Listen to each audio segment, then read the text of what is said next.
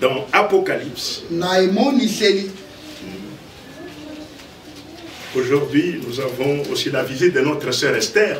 Esther Chibang, la femme de notre interprète de ce matin, avec toute l'équipe là-bas. Vous voyez, je vois les jumelles là-bas. Ce jour-là, ils disaient à leur grande-mère. Même ce matin, la grande-mère est là. La femme de notre frère Mathieu Kapingamoulou. Alors, on m'a fait rire. Ces jumelles disaient, je crois l'une d'elles, quand ils devaient aller dans l'assemblée où prie leur grande-mère, ils lui ont dit, grande-mère, allons dans l'assemblée des frères Kabasele. Et la grande-mère dit à la jumelle, Kabasele, camarade Nayo. Ah oui, je suis très content de les voir. Que Dieu vous bénisse, mes jumelles, que Dieu vous bénisse, mes petites filles. Oui, avec leur grande sœur précieuse. Et Dieu merci qui est là. Que Dieu soit loué. Nous sommes très contents ce matin d'être rassemblés au nom du Seigneur Jésus-Christ. Ouvrons nos Bibles dans le livre d'Apocalypse. Apocalypse au chapitre 6. Apocalypse chapitre 6. Ces choses que nous entendons, ça ne vient pas de nous-mêmes. Dieu a envoyé un prophète à qui tous les mystères de la Bible écrits dans la Bible ont été révélés. Selon Amos 3:7, Dieu révèle ses secrets à ses serviteurs les prophètes. Voyez, à la voix du 7e ange, quand ils sont dans la trompette, les mystères au pluriel ont été révélés dans le ministère de William Marion Branham en tant que 7e ange au 7e âge de l'église, qui est l'âge de Laodicée. Tous les mystères, sauf ce qui n'est pas écrit. C'est que les 7 tonnerres d'Apocalypse 10 avaient dit, Jean, à qui il a été dit, écris tout ce que tu vois. Et quand il a entendu ces voix de cette tonnerre, il a compris ce qu'il nous avait dit. Et il voulait crier. La voix vient du ciel. Cache cela. Scelle cela. N'écris pas ça. Vous voyez. Et cela n'a pas été écrit. C'est pourquoi William Marion Branham devait révéler uniquement ce qui est écrit. Comme il vous a été lu au début par notre frère Honoré Polo. Heureux celui qui lit. On ne peut lire que ce qu'on voit. Ou qui entendent. Ceux qui ne savent pas lire, ils peuvent entendre quelqu'un lire pour eux et qui gardent les choses qui sont écrites. Vous voyez, ce sont ceux-là qui sont heureux. C'est pourquoi ceux qui enseignent les 7 tonnerres révélés ne sont pas heureux. Ce sont des malheureux, des misérables. Vous voyez, parce que les tonnerres ont dit, Jean est mort avec les secrets dans la tombe. Il ne l'a dit à personne. On lui avait dit de cacher ça. Et il a caché. Et il est mort avec ce secret-là dans la tombe. Vous voyez, Et ceux qui disent qu'ils connaissent ça, ce sont des gens embrouillés par des esprits séducteurs. Revenons à Apocalypse, au chapitre 6. Nous abordons ce matin le troisième sceau du livre de la rédemption. C'est au verset 5 jusqu'au verset 6. Quand il ouvrit le troisième sceau, qui avait ouvert? C'était l'agneau. C'est le seul qui avait pris le livre. C'est le seul qui a brisé le sceau pour révéler ce qui était caché derrière chaque sceau. Quand il ouvrit le troisième sceau, le troisième sceau du livre de la rédemption, j'entendis le troisième être vivant qui disait, viens. Il appelle Jean. Il dit, viens. Viens voir, viens, regarde. Vous voyez, viens. Je regardais.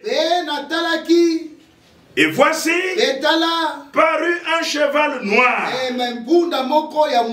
Celui qui le montait tenait une balance dans sa main. Et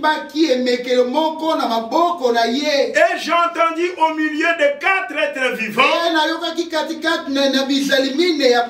une voix. La voix que j'ai entendue, c'est sorti au milieu de 4 êtres vivants. Et qui était au milieu des 4 êtres vivants? C'était l'agneau. La voix venait de l'agneau. Qu'est-ce que cette voix disait? Et j'entendis au milieu des 4 êtres vivants une voix qui disait, une mesure de blé pour un denier et 3 mesures d'orge pour un denier. Mais ne fais point de mal à l'huile et au vin. Ne fais point de mal. Inclinons nos têtes pendant que je veux prier. Notre Père Céleste, Créateur de cieux et de la terre, Dieu Tout-Puissant, c'est au nom de ton Fils Jésus-Christ que nous sommes rassemblés en ces lieux. Dieu notre Père, nous croyons que tu es parmi nous, selon ta promesse, pour nous bénir, pour nous combler de tes riches et précieuses bénédictions, multiples bénédictions, sur le plan financier, spirituel, matériel, sur le plan physique, sur tous les plans. Oh Dieu notre Père, bénis-nous, bénis chaque personne qui est venue en ces lieux. Bénis nos enfants, nos petits-enfants. Oh Dieu notre Père, bénis ton œuvre, bénis tes serviteurs en ces lieux et dans le monde entier, les domestiques dans ta maison. Oh merci notre Dieu pour cette précieuse nourriture spirituelle au temps convenable qui a été emmagasinée et qui a été distribuée par le serviteur fidèle et prudent.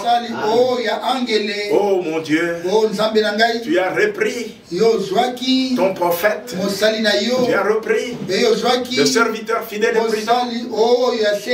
Il sont au paradis, ils attendent la résurrection de leur corps.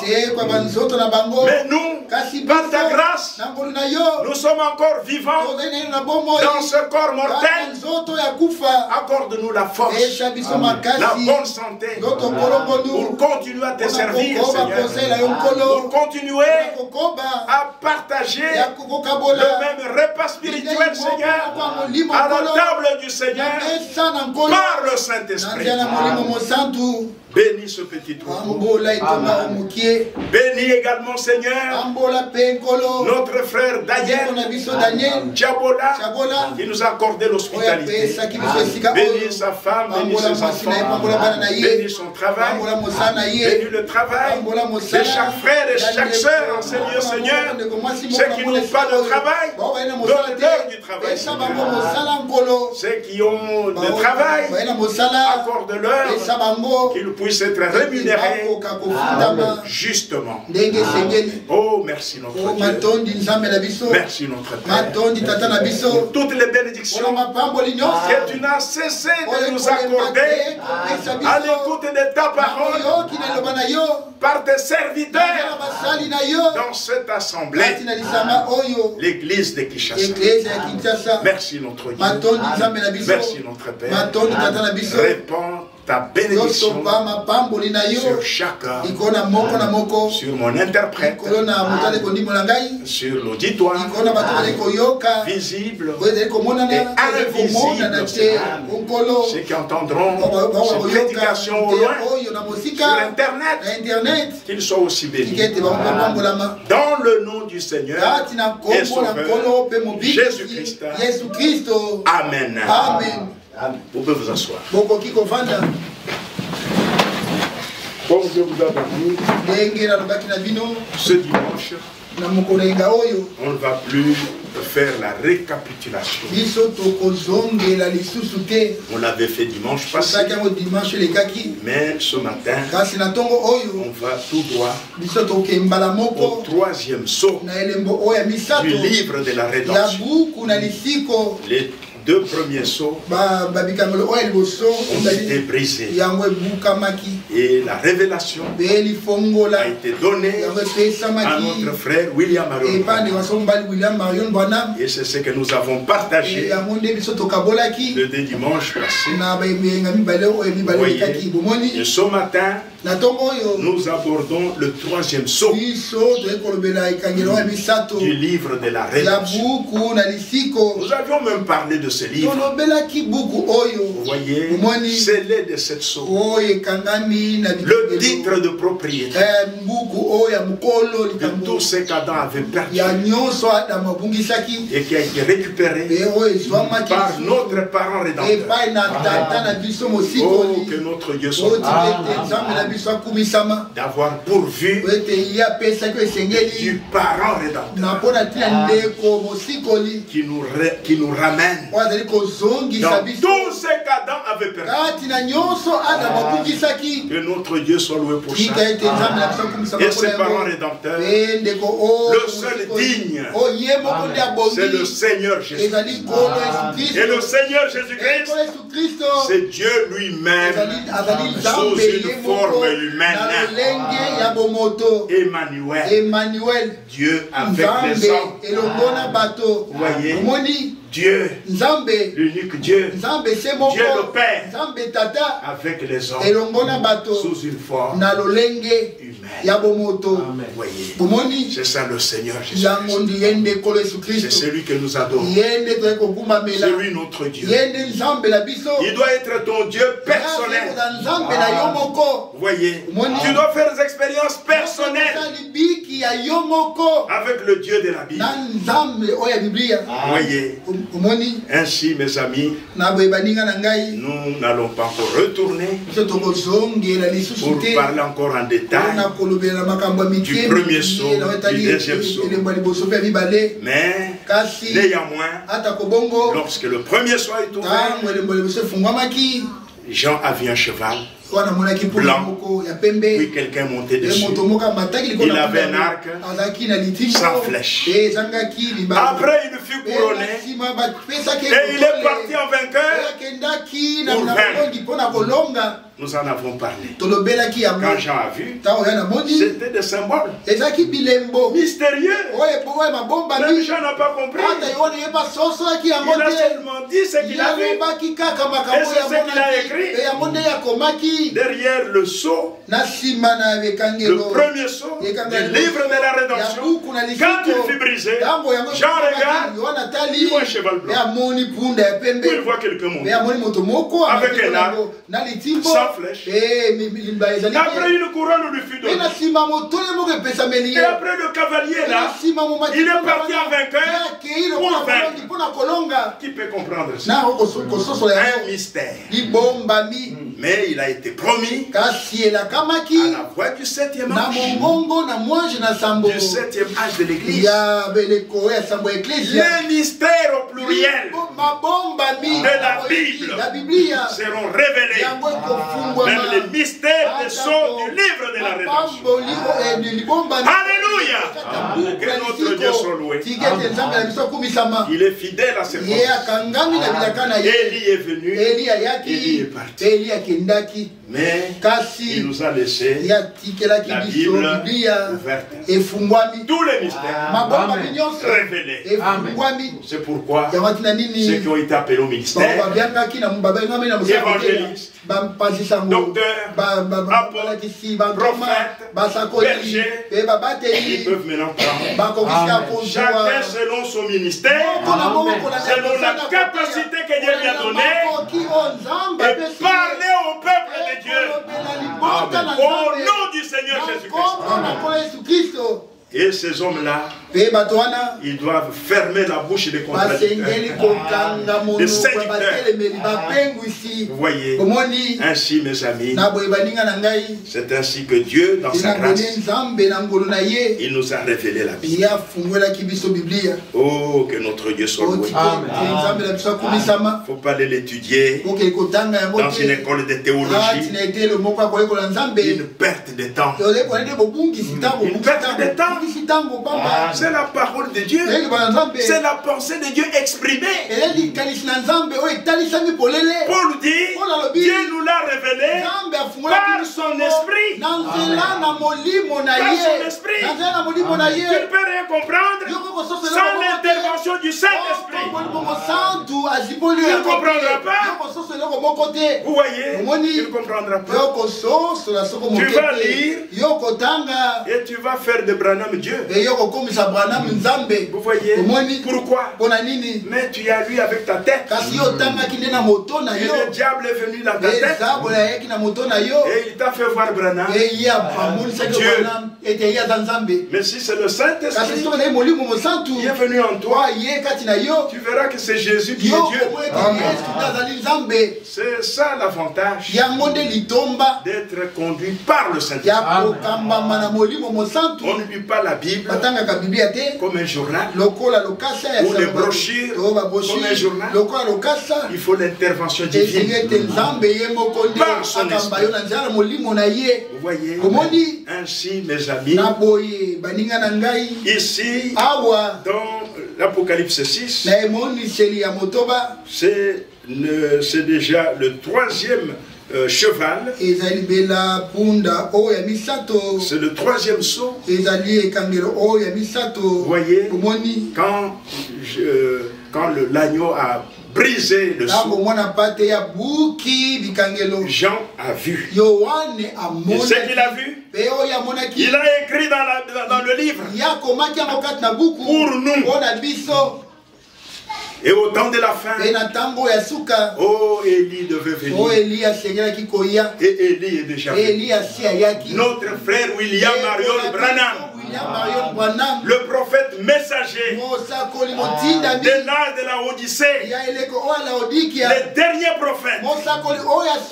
Vous voyez, et à la fin de cet âge, le Seigneur Jésus va retourner pour prendre son église épouse et l'amener au festin des noces dans la nouvelle Jérusalem.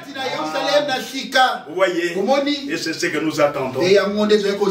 Ainsi, mes amis, quand il a ouvert Le premier saut, c'était le cheval blanc. Et le cavalier montait dessus. Quand il a ouvert le deuxième saut, c'était le cheval rouge sang, qui représente le sang de martyrs.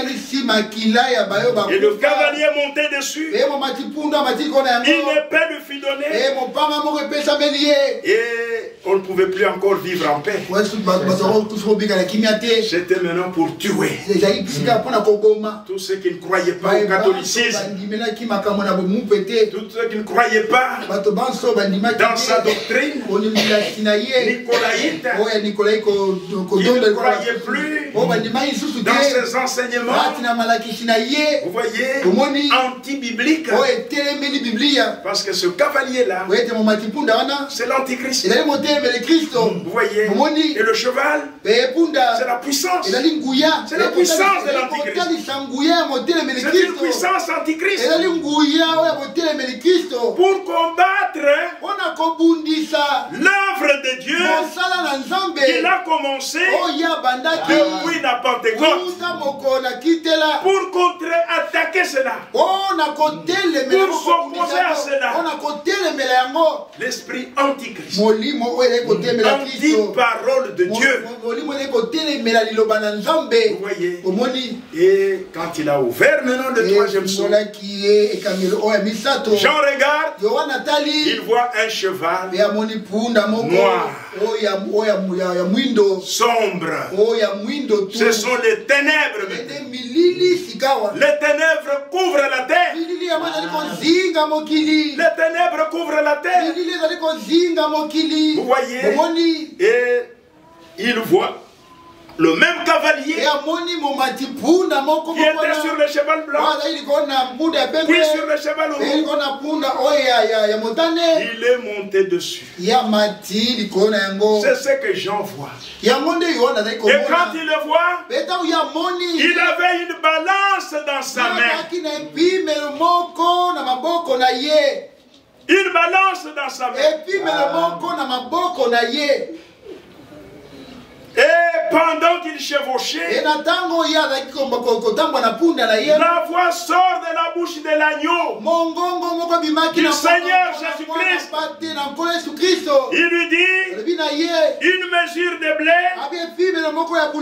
pour un denier. Vous voyez? Une mesure de blé pour un denier. Et 3 mesures d'orge pour un denier. Mais ne fait point de mal à l'huile et au vin. Ne nuit pas l'huile et le vin. Vous voyez? Donc il avait la balance.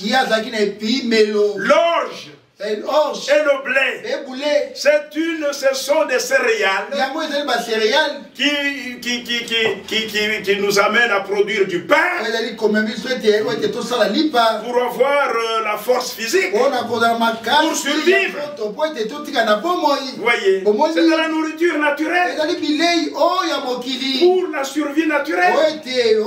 Vous voyez, et c'est ce qu'ils vendaient. Ils ne vendaient pas quelque chose de spirituel.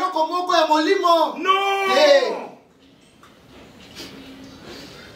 Et à ce moment-là, parce que le troisième saut, comme je vous l'avais lu, il s'étend au travers du temps de la réformation. Vous voyez, vous prenez le temps des réformateurs. Luther, depuis 1520, c'était le temps de la réforme. 1520,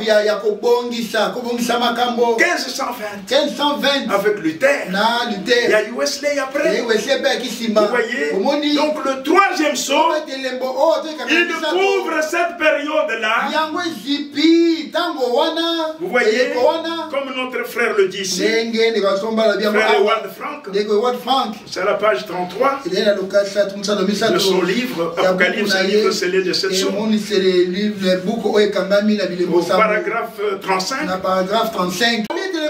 s'étendit au travers du temps de la Réformation jusqu'au XVIIIe siècle. Lorsque le siècle des Lumières amena une séparation de l'Église et de l'État, de telle manière que le pouvoir religieux fut limité.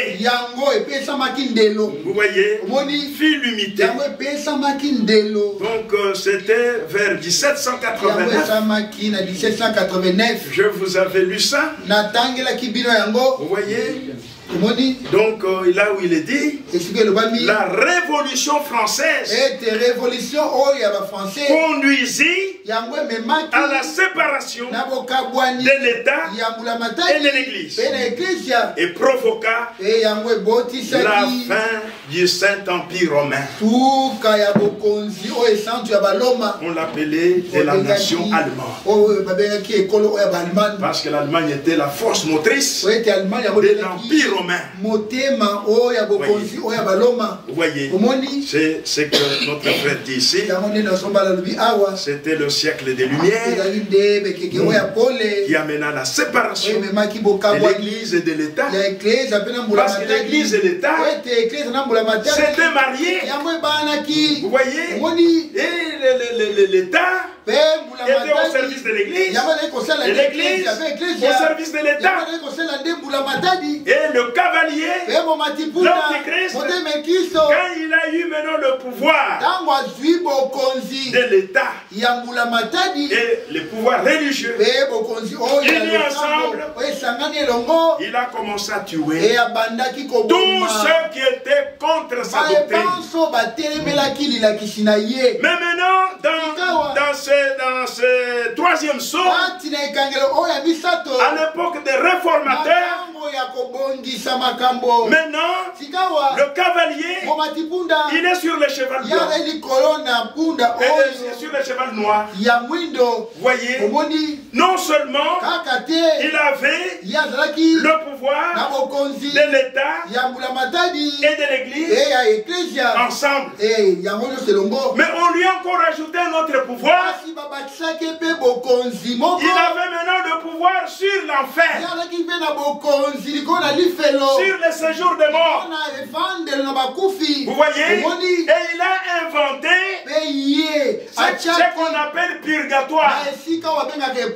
C'est-à-dire quand quelqu'un meurt, au lieu d'aller soit au ciel,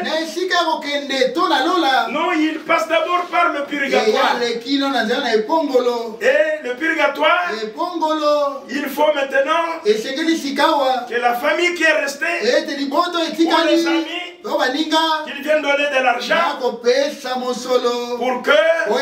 les prières soient faites, pour que cette âme-là sorte du purgatoire et puisse aller au ciel par le pouvoir du prêtre. Quel mensonge! Quel mensonge! Vous voyez? Et il y en a qui croient encore en ça jusqu'aujourd'hui. S'il y a un endroit où il faut se purger, purgatoire, se purger, c'est pendant que tu es vivant, en écoutant la parole de Dieu, tu dois te repentir de tes péchés, les confesser, mettre ta vie en ordre, et le sang de Jésus va ôter tout cela pendant qu'on est vivant. Si tu meurs païen, tu meurs adultère, prostitué, menteur, tu es toujours menteur, même là au séjour de mort. Vous voyez, aucune prière ne changera la situation. C'est un mensonge, c'est antichrist. Vous voyez, donc pendant cet âge maintenant, pendant cette période du troisième saut, il a maintenant une balance dans sa main. Qu'est-ce qu'il est en train de faire? Arracher l'argent. arracher l'argent de mes gens. Vous voyez, ce n'est pas gratuit. C'est une mesure de blé pour un denier. Mesure d'orge pour un denier. Tout se paye. Même les prières, vous devez payer.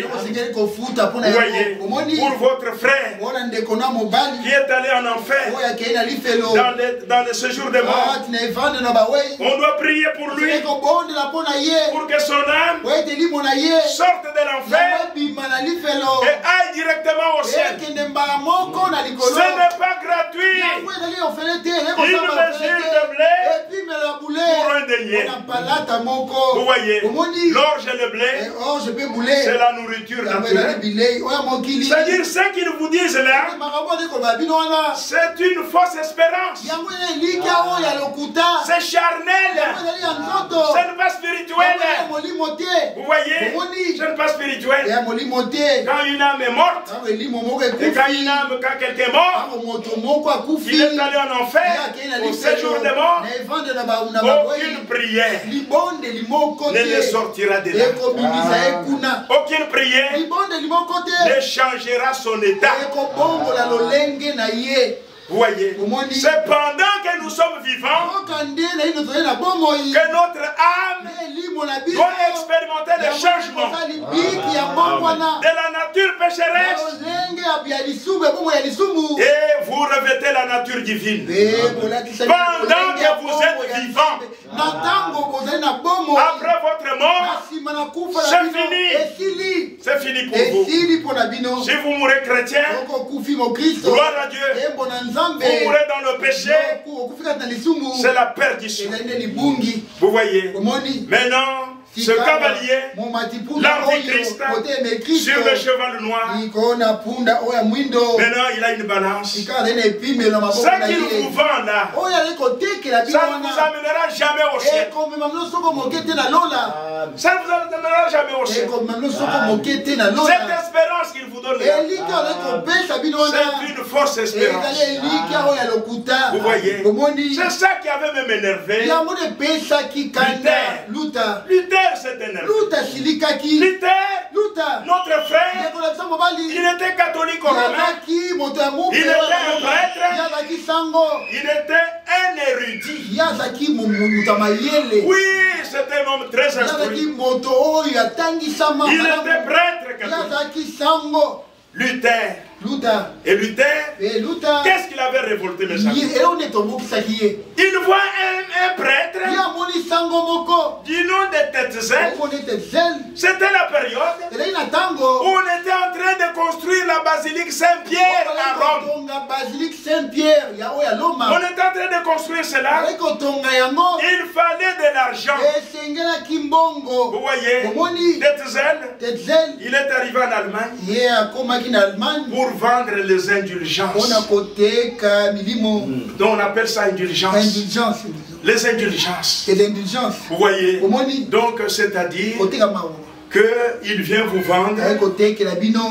Vous devez payer ou même faire des dons en nature ou en argent pour acheter la miséricorde que le pape vous accorde. Vous voyez? Donc si vous achetez les indulgences pour une année, tous les péchés que vous allez commettre dans une année, ça ne compte pas.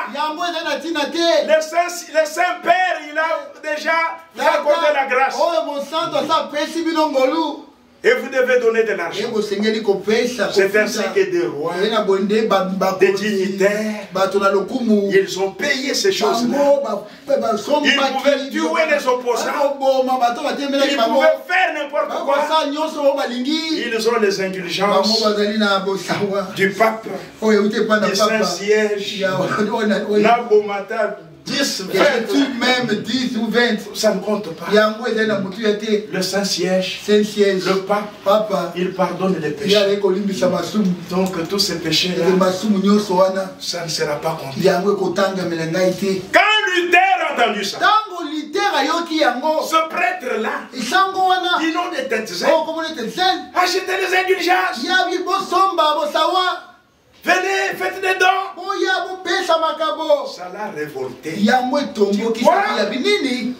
Donc le pardon des péchés, vous payez les indulgences pour un temps donné, les péchés sont remis. Non, non, non. Ça c'est antichrist. Ça c'est contraire. Ça l'a révolté. Et le Saint-Esprit est venu sur une terre. Il l'a éclairé. Et le salut, le pardon des péchés, ce n'est pas dans ces choses. C'est par la foi dans le sacrifice de Jésus-Christ au calvaire. Le juste ne vivra pas la foi. La foi dans l'œuvre de la rédemption. La foi dans le sacrifice de Jésus-Christ. Dans le sang de Jésus-Christ. Vous voyez, et Luther, il fut éclairé par une portion de l'écriture qu'il a lu dans la Bible. Nous sommes justifiés par la foi, gratuitement, sans payer un rond. Vous voyez, et cela l'a révolté. Et il a écrit des thèses. Plus de que c'était 95 thèses. Il a écrit. Et là, c'est quoi maintenant? C'est le troisième être vivant. Il y avait la face de l'homme. Vous voyez? Donc, c'est le troisième être vivant qui a dit à Jean, vois, viens voir. C'est cette puissance-là. Cette puissance. Ce troisième être vivant qui devait s'opposer à l'action de l'Antichrist. Pendant cet âge de ténèbres, vous voyez, il devait s'opposer. C'est ainsi que par le Saint-Esprit, Luther a eu la sagesse. Et tous les autres réformateurs, éclairés par le Saint-Esprit, ils n'étaient pas des prophètes. Non, des réformateurs. Le Saint-Esprit les a saisis. Il a donné la sagesse à Luther. Quand les catholiques, ils présentaient l'hostie. Il dit, prenez le corps de Christ. Prenez le corps de Christ. Il ne faut pas mâcher ça. Attention, le sang peut sortir. Mais la sagesse divine, c'est être ce troisième être vivant à la face de l'homme qui représente la sagesse divine dans l'homme. Cette sagesse est venue dans les réformateurs. Et Luther pouvait dire, ce n'est pas le corps de Christ, c'est du pain. C'est du pain. Ce n'est pas le corps de Christ. Vous voyez, donc il s'opposait. Il s'est opposé aux statuettes dans l'église. Il dit c'est l'idolâtrie ça. Vous voyez, c'était l'être vivant à la face de l'homme. C'était la sagesse divine dans les réformateurs et dans l'église en ce moment-là. Il venait de sortir de l'église catholique. Vous voyez, les gens n'avaient plus de l'espoir. Les cavaliers avaient tué. C'était la terreur partout. Et les gens, ils sont sortis. Quand ils ont entendu Luther prêcher, ils sont sortis du catholicisme avec la justification par la foi en Jésus-Christ. Dieu ne va pas leur demander ce qu'il va nous demander à nous. Nous avons reçu plus que Luther. La révélation complète de Jésus-Christ. De toute toute la Bible. Et la Bible, c'est la révélation complète du Seigneur Jésus-Christ. Et dans cet âge, nous avons reçu toute la révélation du livre écrit. Mais au temps de Luther, ils n'ont eu qu'une portion de lumière. Et Dieu n'a regardé qu'à ça. Parce que Luther, même quand il est sorti, il baptisait les bébés. Il avait encore la Trinité. Vous voyez, Dieu ne regarde pas ça. Dieu regarde à la lumière qu'il leur a donné. Et ils se sont accrochés à ça. Dieu a conduit Luther à traduire toute la Bible en langue allemande. Il s'est associé des savants hébraïques. Ils ont traduit la Bible. Et Luther a pris la parole de Dieu. Il a donné aux gens. C'est ça la parole de Dieu. Lisez ça. Voyez. Mais il pouvait lire. Et il y a des choses qu'il ne comprenait pas. Mais à notre temps, Dieu a envoyé un prophète. Élie le prophète. Notre précieux frère. William Marion Branham. Vous voyez, à qui le Seigneur, dans la colonne de feu, il venait dans la pièce. Et il lui montrait chaque sort. Le cavalier là. C'est ça. Le cheval là. C'est ça.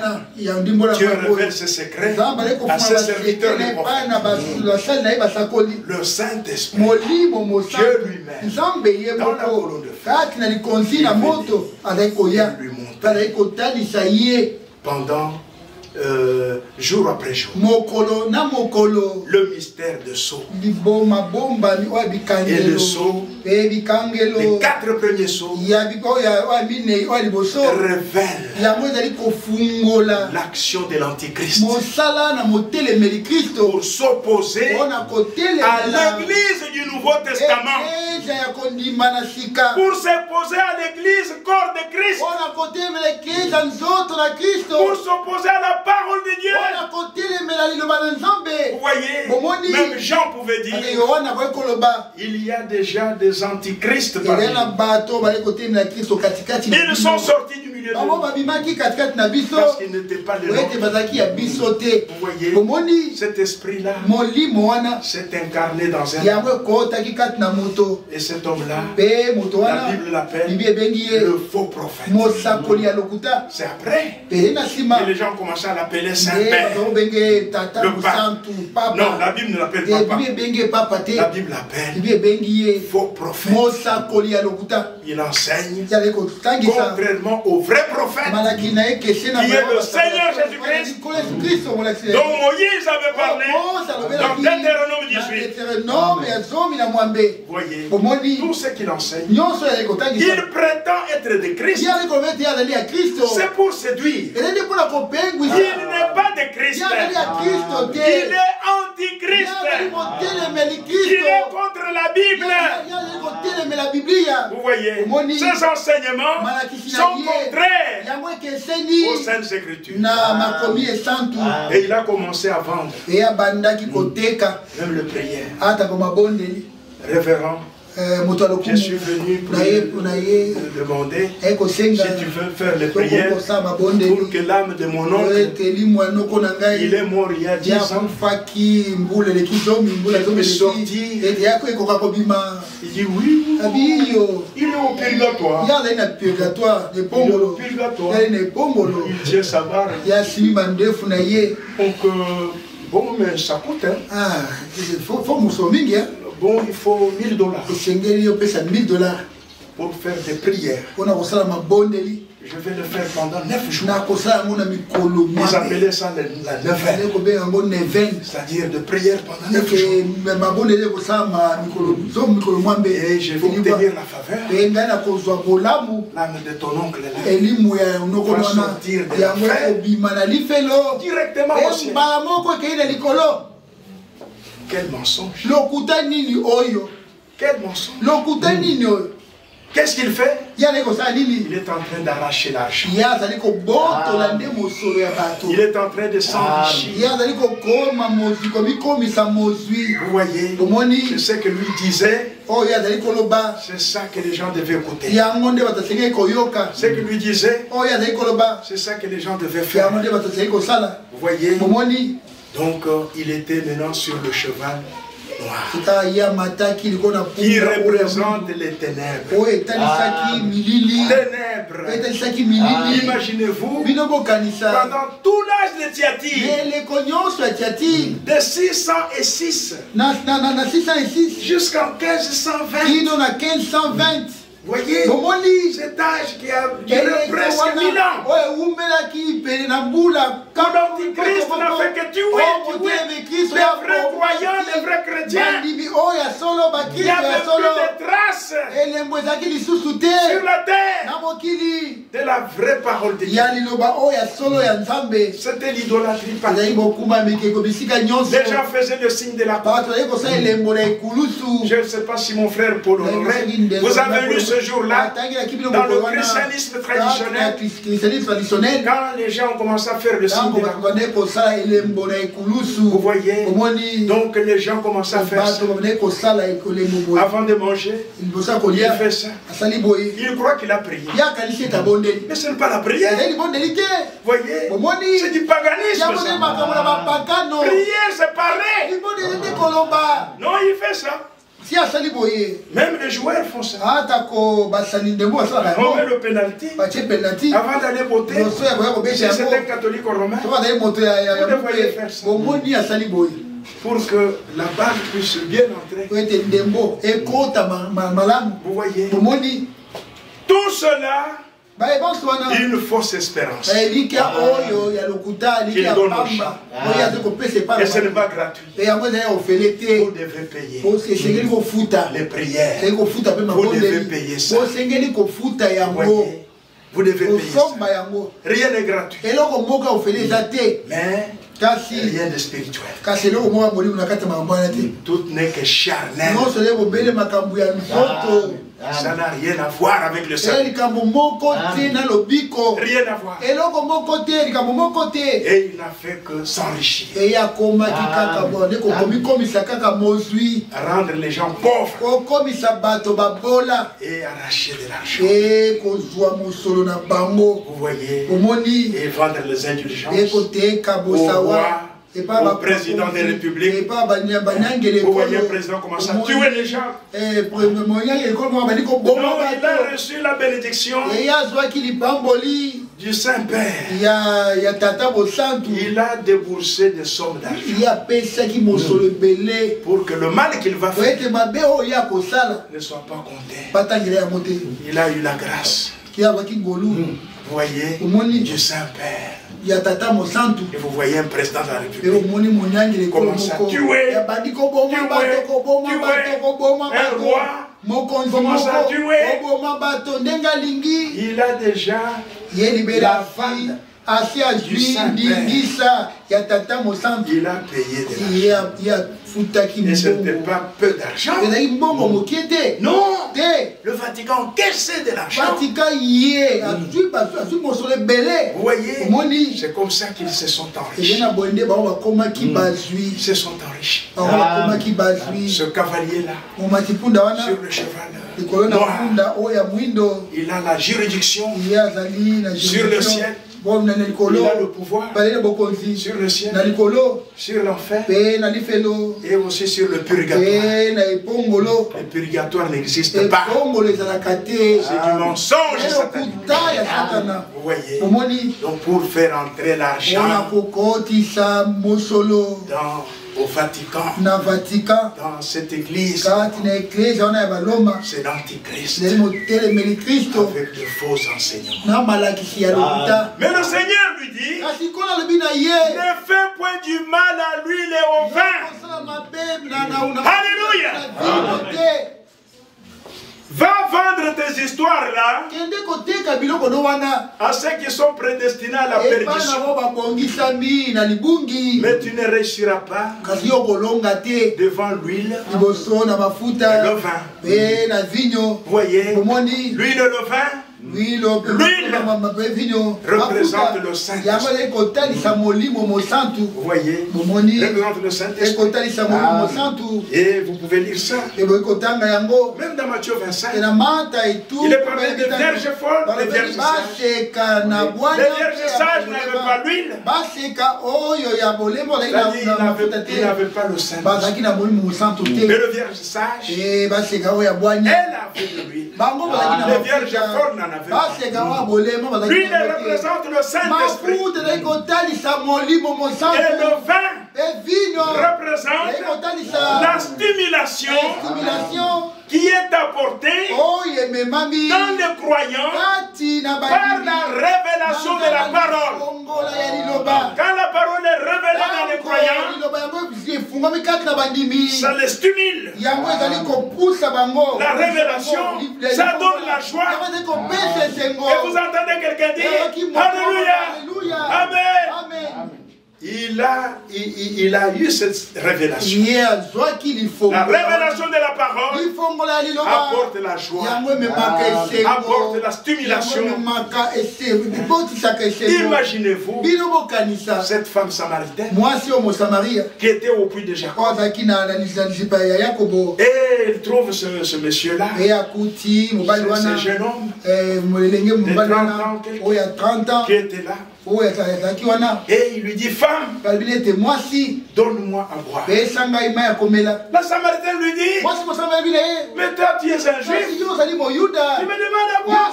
Moi une Samaritaine, entre vous et nous, il n'y a pas d'entente. Vous voyez, là, le monsieur là lui dit, le jeune homme là, c'était le Seigneur Jésus. Il lui dit, femme, si tu connaissais le don de Dieu, si tu connaissais qui est celui qui te demande à boire, c'est toi. Toi-même qui allais me demander à moi de l'eau à boire.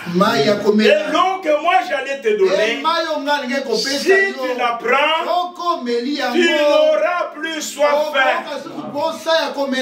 Tu n'auras plus soif du péché, soif du monde, soif des choses du monde, de la mondanité, de la prostitution. Cette soif-là, ça va partir. L'eau que moi je te donnais. La femme lui dit, mais je vois ça, c'est très intéressant. Et mon cher, alors donne-moi de cette eau pour que je ne vienne plus puiser ici.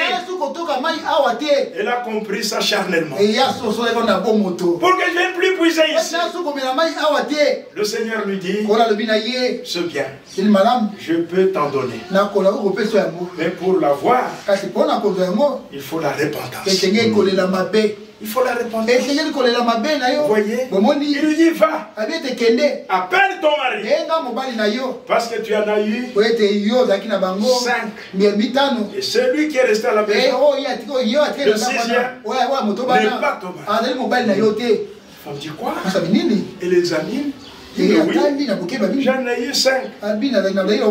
Donc c'était Benjamin. Et puis j'ai eu Jean. Et puis j'ai eu Pierre. Et j'ai eu aussi Séraphin. Et j'ai eu Barthélemy. 5 déjà. Prostituées. Et celui qui est à la maison, je crois que celui-là aussi, qui n'est pas mon mari. Il dit, Seigneur, mais je vois que tu es le prophète. Amen. Donc Moïse avait permis, on nous a enseigné que quand le Messie viendra, il sera le prophète. Il va dévoiler les secrets de cœur. Vous voyez, n'es-tu pas le prophète? N'es-tu pas le Messie? Vous voyez, c'est quoi ça? L'âme qui était dans cette femme-là, c'était une sémence prédestinée. Et quand cette âme est entrée en contact avec la parole de l'air, avec la parole promise, de cette heure-là, confirmée, c'est la chauffée, c'est la stimulée, elle a eu la révélation du Seigneur Jésus-Christ, c'est la stimulée, elle a laissé. Le Seigneur lui a dit, je le suis, le Messie là. Moi qui te parle, je suis le Messie. Il a laissé sa crèche. Il a pris fuite. N'est-il pas le Christ? Vous voyez, c'est que la révélation apporte. C'est comme quelqu'un qui a bu du vin, qui s'est enivré. Ça stimule. Ça vous stimule. Vous voyez, c'est ça le vin. C'est que le vrai chrétien, il buvait ce vin-là. Il était la révélation de la parole de Dieu, révélée par le Saint-Esprit. Vous voyez, et vous entendez quelqu'un. Amen. Amen. Alléluia. Alléluia. C'est quoi? C'est la révélation. Ça stimule. Vous voyez, ça stimule. Vous voyez, il dit, va vendre tes faux enseignements, la fausse espérance là, aux autres. Mais attention, avec le petit troupeau, alléluia, ne touche pas, ne touche pas à ce petit troupeau, à ce reste là, ne touche pas. Va dire tes bêtises là aux autres, mais ne croiront pas ces bêtises-là. Vous voyez, ne touche pas à l'huile et au vin. Ce jour-là, ils étaient dans la chambre haute, 120 personnes. Ils avaient peur des Juifs parce qu'eux, ils avaient marché avec Jésus et ils s'étaient cachés dans la chambre haute. Mais le jour de la Pentecôte, le jour de la Pentecôte, quand le Saint-Esprit est venu, quand la parole promise de Dieu s'est accomplie en eux, ils furent remplis du Saint-Esprit. Qu'est-ce que cela leur a fait? Cela les a stimulés. Ils n'avaient plus peur. Quelqu'un qui est rempli du Saint-Esprit, qui reçoit la révélation, il devient comme ivre. Il a bu du vin, le vin spirituel, la révélation de la parole de Dieu. C'est la stimule. Ils sont sortis, ils furent remplis du Saint-Esprit. Et après, ils ont commencé à parler diverses langues. Et ils sont sortis de la chambre haute. Ça vous donne le courage. Il n'avait plus peur. La multitude des gens est venue. Et ils sont venus. Vous voyez? Et l'apôtre Pierre, notre frère Pierre, il s'est levé et il a pris la parole. Quel courage! Il n'avait plus peur de parler au nom de Jésus, de proclamer le nom de Jésus. Il n'avait plus peur. Ils étaient stimulés par la révélation. Lors de cet accomplissement de la promesse de Dieu, cela les a stimulés. Pierre pouvait se mettre debout. Oh mon frère, ces gens ne sont pas ivres comme vous le dites là. Non, ils ne sont pas ivres. Mais ici, c'est l'accomplissement de ce que Joël avait annoncé Ce que Dieu avait dit par Joël, je répandrai de mon esprit sur toute chair. C'est l'accomplissement de la parole promise. Ils étaient stimulés. Ils avaient le courage. Vous voyez, ils furent remplis du Saint-Esprit. Et ils ont eu la révélation de l'accomplissement de cette parole. Quelle stimulation! Ça vous donne la force, ça vous donne la joie de proclamer la vérité. Vous voyez, il dit, va dire aux autres de réciter, de Je vous salue Marie, pleine de grâce, le Seigneur est avec vous. Tout ça, pauvre pécheur, va dire ça aux autres. Mais ne le dis pas à ces hommes-là, à ces femmes-là, remplis du Saint-Esprit, et qui ont la révélation de la parole. Ne va pas toucher à ça. Ne touchez pas mes ouins. Alléluia. Amen. Il dit ça à qui? Au cavalier. À l'antichrist. L'adversaire de Christ. Il est contre Christ. Vous voyez? Mais il a le nom de Christ dans sa bouche. C'est un menteur. C'est un séducteur. C'est le surhomme de Satan. Oui, mes amis. Il n'est plus un mystère pour nous. Le mystère de l'iniquité. Le mystère de l'antichrist. Dieu nous l'a révélé. Le mystère de Christ. De Dieu. En Christ, Dieu nous l'a révélé. À la voix du 7e ange, les mystères au pluriel de la Bible devaient être révélés. Car à nous, il a été donné de connaître les mystères du royaume. Avez-vous compris le troisième sceau du livre de la rédemption? Ce cavalier sur le cheval noir qui représente les ténèbres. Vous voyez? Avez-vous compris cela? Amen.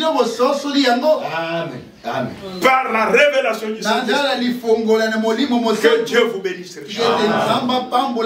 Que notre Dieu soit loué. Que nous avons envoyé Élie. Je vous invite à vous mettre. Mettez-vous debout. Nous allons chanter.